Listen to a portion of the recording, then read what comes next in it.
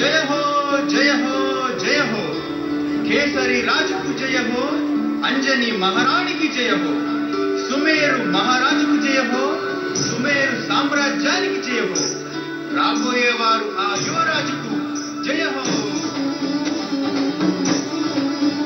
హే మనసులో ఆశ తనువుల ఉత్సాహం సకదిమితక అని పాడుతున్నది, కానీ ఓ ప్రశ్న మస్తిష్కంలో మెదిలి మదినే కలవర పరిచెనుగా।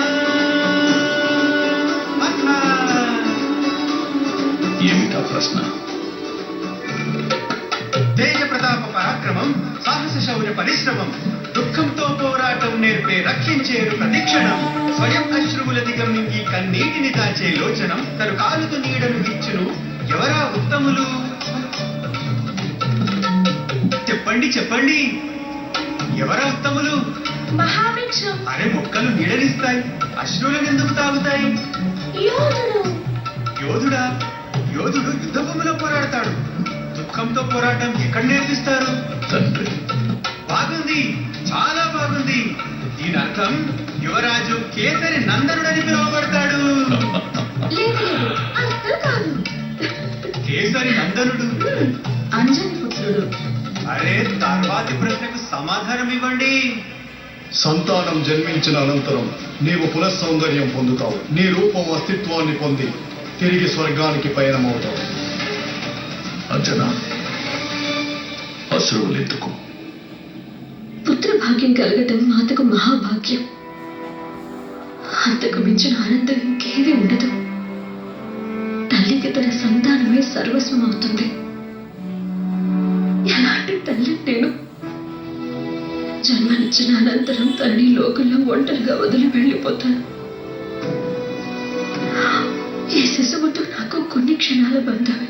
అంజనా, ఎందుకంత బాధపడుతున్నావు? అంజనా, నువ్వు అనుకుంటున్నట్టేం జరగదు.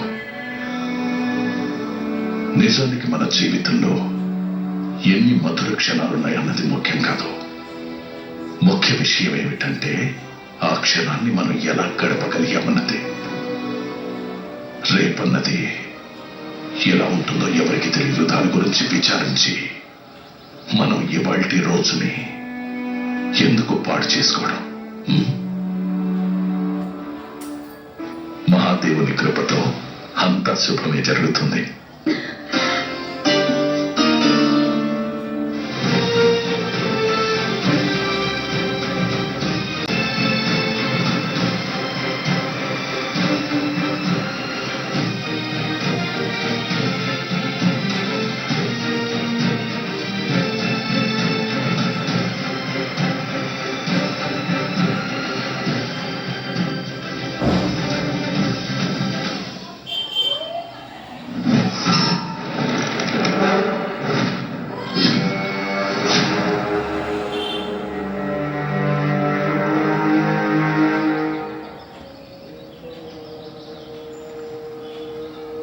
సోదరా, ఖచ్చితంగా మనకంటే ముందుగానే యుద్ధం అన్న సూచన చేరిపోయినట్టుంది.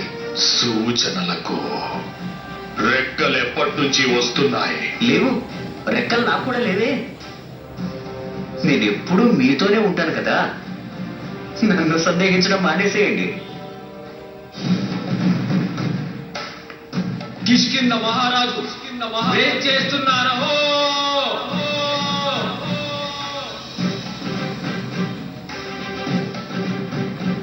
సోదరా, తండ్రి గారి సమక్షంలో కాస్త మీ క్రోధాన్ని నియంత్రణలో ఉంచండి.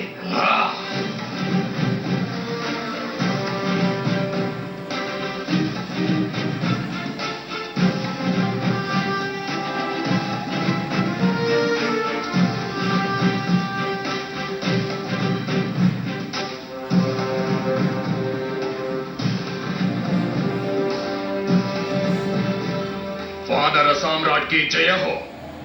కిష్కిందకు విరుద్ధంగా నిలిచిన వారి శిరస్సులు సమర్పిస్తున్నాను.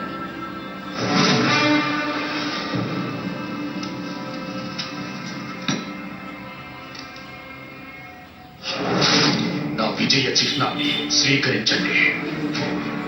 ఇక మీ పుత్రునికి విజయాభిషేకం చేయండి.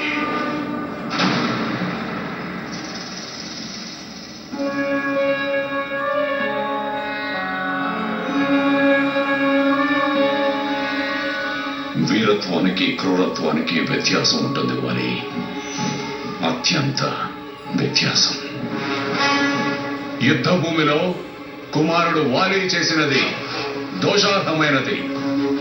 నేను కిష్కింద మహారాజు వృక్షరాజుని దీన్నేమాత్రం సమర్థించడం లేదు. లేదు,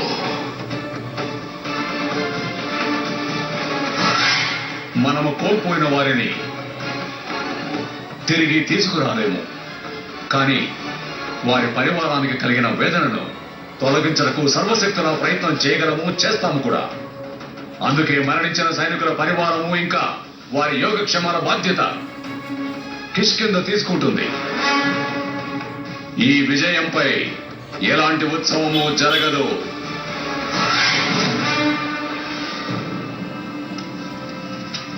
ఈ విజయానికి ఎలాంటి గౌరవము లభించదు. మరణించిన సైనికుల స్మృతికి చిహ్నంగా ఇక్కడ ఒక శిల స్థాపించబడుతుంది. అదే మన నుండి వారికిచ్చే శ్రద్ధాంజలి అవుతుంది.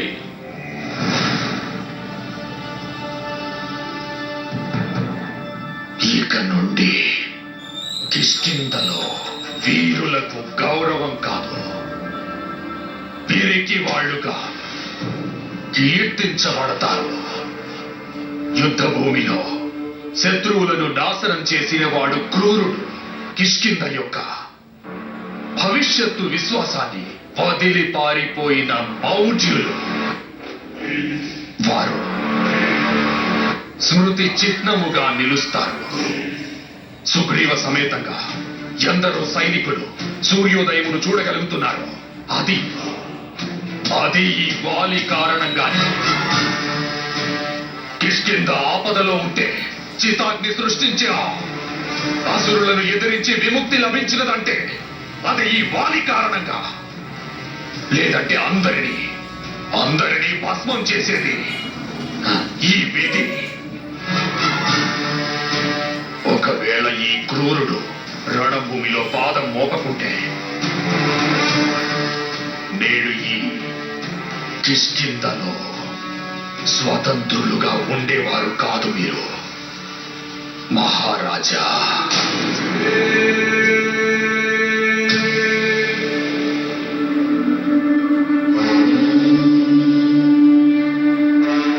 వరి,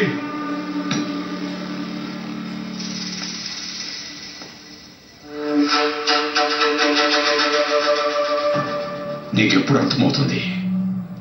రాజధర్మానికి నియమాలుంటాయి.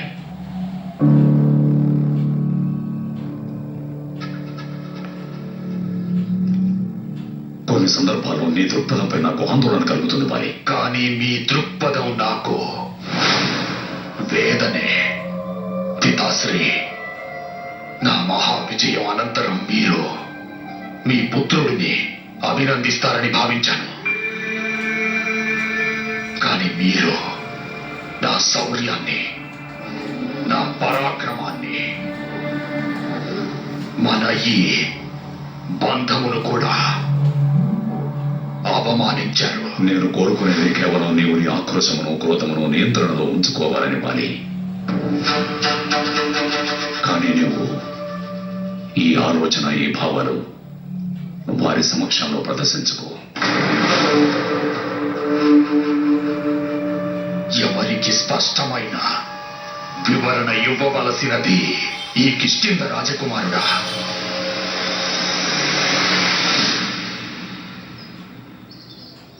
బ్రహ్మపుత్రుడు జాంబవంతుల వారు.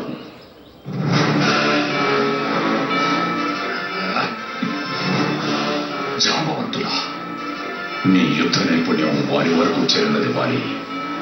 యుద్ధంలో మరణించిన సైనిక పరివారం వారు వారిని న్యాయం కోసం అర్థించారు.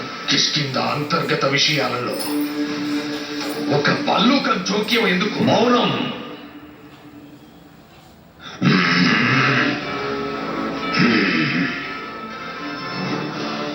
నువ్వు శాంతంగా ఉండు పుత్రా. నేను మాట్లాడతాను. అర్థమైందా?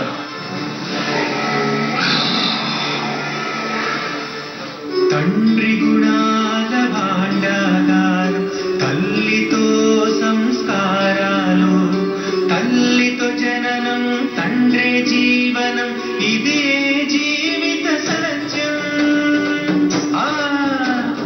తండ్రియ జీవనాధారము, తల్లియ బిడ్డకు తన లోకం, తల్లిదండ్రుల చరణములందే జీవనమే స్వర్గతుల్యం. ఆహా, అందుకే మహారాజు సంతానం కేసరి నందనుడు, అంజని పుత్రుడు అని 2 పేర్లతో పిలువబడతాడు. అవునండి, అవును. మన రాజ్యమే ఎంతో ఉజ్వలమగును, సంతోష గడియలే వచ్చేను. కేసరి రాజు తండ్రి ఆయను, అంజని మాతగా నిలిచేను. అందుకే మహారాజ సంతానం కేసరి నందనుడు, అంజని పుత్రుడని పిలువబడేను. అరే హా, అవునండి, అవును.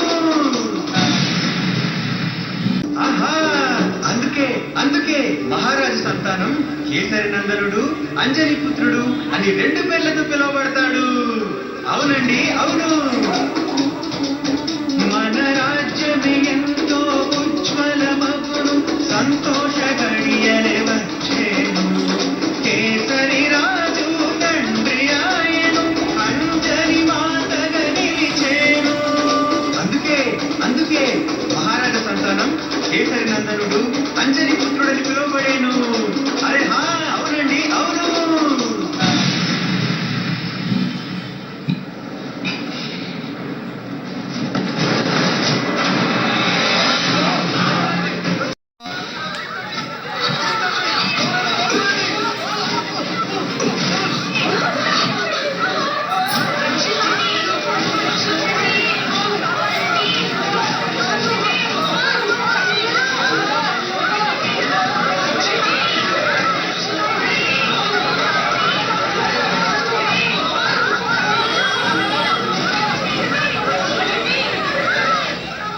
మీరు బాగానే ఉన్నారు కదా? నేను క్షేమం మహారాజా. మీరు సుమేరు ప్రజలకు సహాయం చేయండి. यथा दास्य पृथ्वी च नामतो नरिष्यतः एवमे प्राणमहाविभे ॐ पूर्णमदः यथा दास्य पृथ्वी च नामतो नरिष्यतः एवमे प्राणमहाविभे ॐ पूर्णमदः पूर्णमिदं पूर्णात् पूर्णमुदच्यते पूर्णस्य पूर्णमादाय पूर्णमेवावशिष्यते. ప్రణామాలు బ్రహ్మపుత్ర.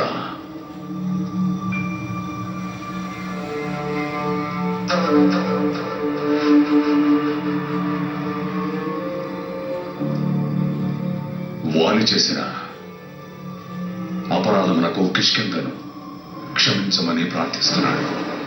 సహనం కోల్పోయాడు బ్రహ్మపుత్ర. యుద్ధంలో భావోద్వేగాలను నియంత్రించుకోలేకపోయాడు. ధర్మాధర్మాల మధ్య వ్యత్యాసమును గ్రహించలేకపోయాడు. కానీ ఈ తప్పును మరలా ఎన్నడూ జరగనివ్వదు.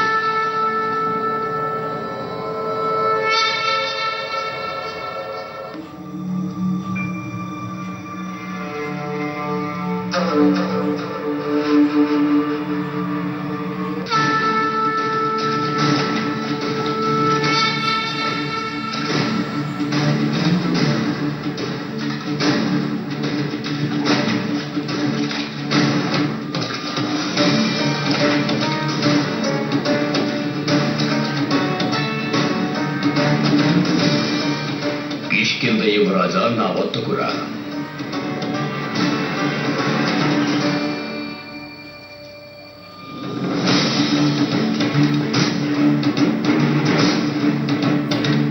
నా నేత్రాలను వీక్షించు, నా మీద విశ్వాసం ఉంచు, అపనమ్మకం వద్దు.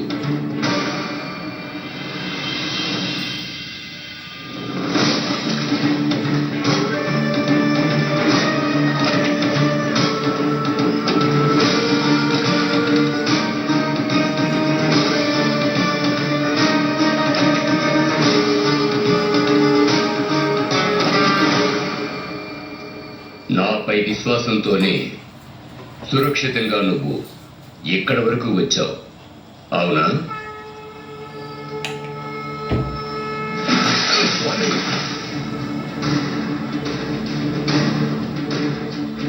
విశ్వాసఘాతకులకు ఇలాగే జరుగుతుంది వాలి. నీకిప్పుడు జరిగినట్టే.